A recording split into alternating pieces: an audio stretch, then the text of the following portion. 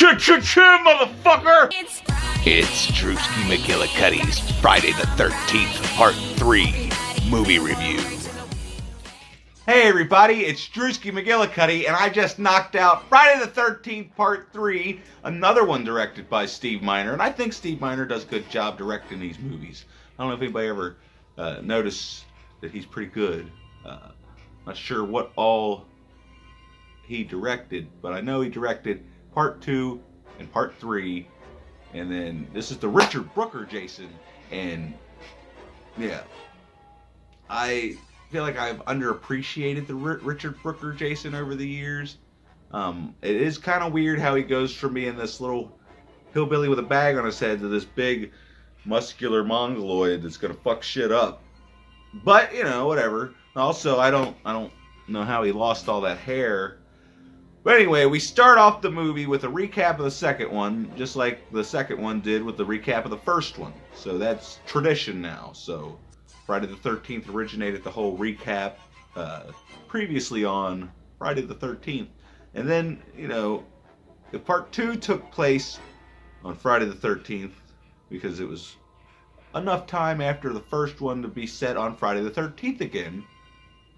This one, or well, the couple in the beginning of this, the shop owner and his wife, they get killed on Saturday the 14th. So this movie should have been titled Sunday the 15th. But hey, guess what? You know, it's just Part 3 of Friday the 13th. It just happens to be the name of the goddamn movie series. So don't think too much into the calendar dates and all that stuff, because it's just looking too much into it. So we start out, and I love this opening with this couple. I just love their relationship. It's it reminds me of, you know, something you'd see a couple from New Jersey in the 80s, you know, like, you know, I don't know. But this guy likes to go around and eat the donuts and the peanuts and the orange juice in his store. He lets his rabbits run rampant. It's crazy. There was a snake in the shitter. There was a snake in a I shitter. had to cover my eyes. For 3D effect. Because, you know, if you didn't know, this movie originally came out in 3D. Now, I've heard that the traditional 3D kind of doesn't hold up. You know, when does it? But I can't remember who was talking about it. They said they got to see this movie in actual 3D, like the real 3D, which I don't know how the hell they did that, but they said that it was amazing, and that the actual 3D in this movie, when seen the proper way with real 3D, is amazing. And I can imagine, because there's definitely, watching it in 2D, you can see and notice all the stuff that was intended to be 3D. But anyway, so you got the shop owner and his wife. They start this movie off, they get killed, and then we meet our main group of characters with Chris, Debbie, Andy, the two stoners, Shelly, and Vera, where they're picking her up from her house, and her mother doesn't want her to go. But, you know, and I like the introduction to Shelly, how he gets out of the van and he's, you know, ominously walking up. You know, the first time you saw this, you're probably wondering what the fuck is going on here. But then you find out that he's just a prankster. So they get to Chris's farm. I guess it's a farm. They have hay, and her father was always talking about getting horses. So yeah, I guess it's a farm. But here's my problem with the movie. I do love this movie, but there's some things that bug the shit out of me. And one of them is Camp Crystal Lake. Like, is that even a lake? Is it even a pond? It looks like standing water. Now, Sarah was running off in the background the first time I tried to record this, saying that it was a man-made lake or pond that kept draining, and they couldn't keep it full, so we got what we get. Okay, and it's okay enough. I would have just, you know, maybe focused on it's just around the area, and it didn't have to have the pond at all. I mean, that's why they didn't even show the swimming scene, I guess. Because Andy and Debbie run down and go skinny dipping, and Shelly's not skinny enough to go skinny dipping, so he goes and decides he's going to play a prank, and it upsets Chris. So plus it was filmed in February, so they didn't want to have all these movies were filmed in the winter time, apparently. Like the weather towards the end of the movie, even though we're skipping ahead, the wind starts blowing, and you see the leaves, like when Chris comes into the cabin after she's running around outside all frantic, there's leaves in her hair, and it's like, none of these movies take place during the summer, even though they're supposed to be revolving around a summer camp. Doesn't make any sense. But hey, I don't give a shit. I still love this movie. This is one that I found out recently that a lot of people, because I keep seeing people post their ranking video, or ranking on, what the hell is that stupid ass app that I can't figure out because I'm stupid? Who's stupid? Me or the app? Letterbox, yeah. People be posting their Friday the 13th rankings, and this will be so low on the list, and it's like, why? I mean, this is the iconic movie where Jason gets his hockey mask from Shelley. And a lot of people want to talk shit about Shelley, but I like him. Maybe it's because I relate to him, because I was the little fat kid in high school that made up for being a little fat kid by trying to be funny. And, you know, that's basically what Shelley is, because guess what? He's not fat anymore. I mean, he's still not as good looking as I am, but, you know, I can still relate to the guy. Where am I at now? Okay, so then we have Shelley show his ass, and they all get mad at him, so Vera's going off to the store. Shelley wants to ride along, and then that's where we meet the bikers. And I like the bikers because you don't see this in any of the other entries.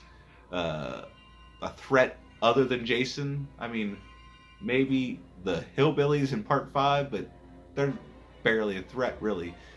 So they have a confrontation in the store involving Shelley's wallet, and then they go outside and get their stuff. And Shelley accidentally backs into the bikes, pisses him off. They bust the windshield out. Shelley takes off, and then Rick gets pissed off when he gets back because his windshield's busted out. So then him and Chris go off so that they can have a talk, because he's getting frustrated because she's being so cold to him, but she doesn't want him to leave because she needs him, but she's kind of leading him on. Blue balls. But yeah, there's only so many cold showers a person can take. So they go off to have their little talk, and then, you know, you got Shelley and Andy sitting there juggling for 3D effect. The juggling for the 3D effect. And Debbie says, hey, I can think of something better you could be doing with your hands. So they go off to fuck, you know, write their death sentence, or death wish, whatever. And then it's just Shelley and Vera, because who knows where the fucking stoners are. They're probably vegged out on the couch, you know, passed out, who knows. But he's trying to pick up on Vera. She ain't having it, so she goes outside. And then, you know, you get back to them. And I love how Debbie's got some of the best breasts in the series. And they barely show them to us. I mean, it's a 3D movie. I don't even get to see any 3D breasts. I mean, what the fuck's up with that? So I'm taking a fucking point off for that. Okay? The lake and the lack of fucking 3D breasts. It's fucking bullshit.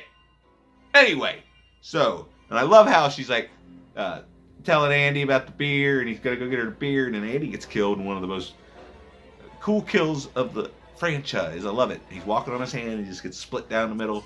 But for some reason, when they show him in the rafters, he's cut sideways. So I don't know. He's not cut sideways, because if you look, his guts are from either side. He's just shoved up in there, and it looks like he's cut sideways. I have to look closer at the still image. Maybe I'll pop it up right here, because I was going to have the videos pop up, but that's too much work. I'm just trying to get these out, okay? Maybe one of these days I'll be like, leave from Drum Dums, and I'll go do a fucking Friday the 13th Revisited series. And then I'll have my laptop, and I'll be able to just... because it's a pain in the ass ripping fucking video off of YouTube with your phone. Anyway, that's beside the point. Let's get back to the movie. So then, Shelley pops up out of the water and scares Vera. And she gets pissed off at him. He wanders off, and then she drops his water in the lake. Wallet. Drops his wallet in the lake. And she goes to get it. And here comes Shelley. Wait a minute, that's not Shelley, that's Richard Brooker. And, you know, he looks like he's been taking steroids since the last movie. And it's been some probably bad steroids, because all his fucking hair fell off. So, one of the best kills in the fucking franchise. Points the fucking harpoon. Yeah, see, I knew that. I don't know why the hell I asked you. He points the harpoon. And right down the line to her eyeball. And I love this kill. And then Shelly gets his throat slit. There's somebody sneaking around in the barn. Everybody in the barn's dead. All the bikers. They went in there to fuck shit up and burn the fucking place down. But all they really did was fuck Chris over, because now, once she finds out everybody's dead, fucking van's gonna be out of gas. And then I hate the fact that Rick gets it, like, he didn't even have a chance to fucking defend himself. Just, he disappears, and then all of a sudden he's outside when Chris is looking for him, and I hardly ever noticed this before, but Jason's standing there holding him with his mouth shut. Then that's when he picks him up and he squeezes his head until his eyeball pops out, and that's pretty cool. It doesn't necessarily hold up because, you know, it looks like a glass eye. Now, if they would have got a character that had a glass eye to begin with, then it would have looked more realistic in the long run. The 3D. It had to be 3D. Anyway, that's beside the point. Let's talk about how strong Chris is. She's one of the strongest, and this is another thing that pisses me off. Let me collect my thoughts, get it out, so we get to the final confrontation. Fuck the goddamn hippies. He gets electrocuted, she gets stabbed with a hot poker. It's cool, even though, before I forget, I love when she's running around and she goes, "You guys, Shelly's dead!" I'm like, whose dad is he? Anyway, I'm sorry, it's a terrible dad joke. Anyway. Any fucking way! What the fuck was I talking about? You were talking about... Chris is one of the strongest final girls in the series, and I hate what happens to her because, you know, she actually, like, there's Tina in part 7. Yeah, cool. Cool. You got fucking telekinetic powers. This bitch just was like, fuck you, motherfucker. I'm a fucking... you ain't killing me. And she fought back as hard as she could, as long as she could. And then she got him. She got him with that. I mean, there was several times, you know, she fucking held her ground against Jason and then hung his ass. That didn't do it. And then she hit him in the head with an axe. But then to just have this stupid ass dream sequence that ruins the fucking end. First of all, they show her in the fucking puddle. She's out there in the puddle in a fucking canoe. And, like, you could tell when she runs into that log, somebody had to drag it out of the way because that fucker didn't float because it's too heavy to be in that. Like, it's not buoyant. Like, science, motherfucker.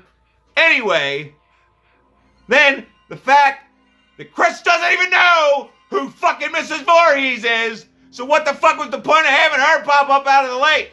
Huh? I mean, sure, fan service, but, I mean... Were there really that many fucking fans of Pamela Voorhees when the third fucking movie came out? I think we were here for Jason. Pretty sure we're here for Jason. We're not here, even though Jason was in the fucking dream sequence. But then it pisses me off that the strong, like, she fought tooth and nail to survive. Just to, probably should be in part 5 now because she's fucking crazy. Why wasn't she in part 5? No, she should have been at the Looney Bin in part 5 because she fucking lost her marbles. I mean, she could have been a little older. Who knows? The fucking timeline of this series is so fucked up, but it doesn't matter because the kills in these movies and just the nostalgia. It's the nostalgia. I fucking love it. I fucking love it. But did I mention how Andy? I changed my mind. I don't want that beer. Like he could fucking hear her anyway. There's another thing that kind of aggravates me, but I like it. It aggravates me, but I like it because just it makes me giggle. But yeah, I'm still upset about them tits, man. But you know, I do love this entry, and it's hard. All these are hard to put a number on. I mean, it's not. None of it's gonna fucking matter once I rank them anyway. Like 8 here, 8.1, 8.2. You know what? I'm gonna give this one a 7.9. Yeah, 7.9. Give him a knock points off for the pond and the fact that I didn't get to see any 3D titties. I mean, I got to see. I mean, just you've seen the movie. They just cut it. Like, is there an extra? Maybe if you watch it in full. I don't know. I don't know. Who gives a shit? Like the fucking video if you're gonna like it. Blah blah blah. Subscribe. Blah blah blah. Comment. Blah blah blah. Tell your mom. Blah blah blah. And we'll see you next time. This has been Drewski McGillicuddy. Not that anybody gives a shit.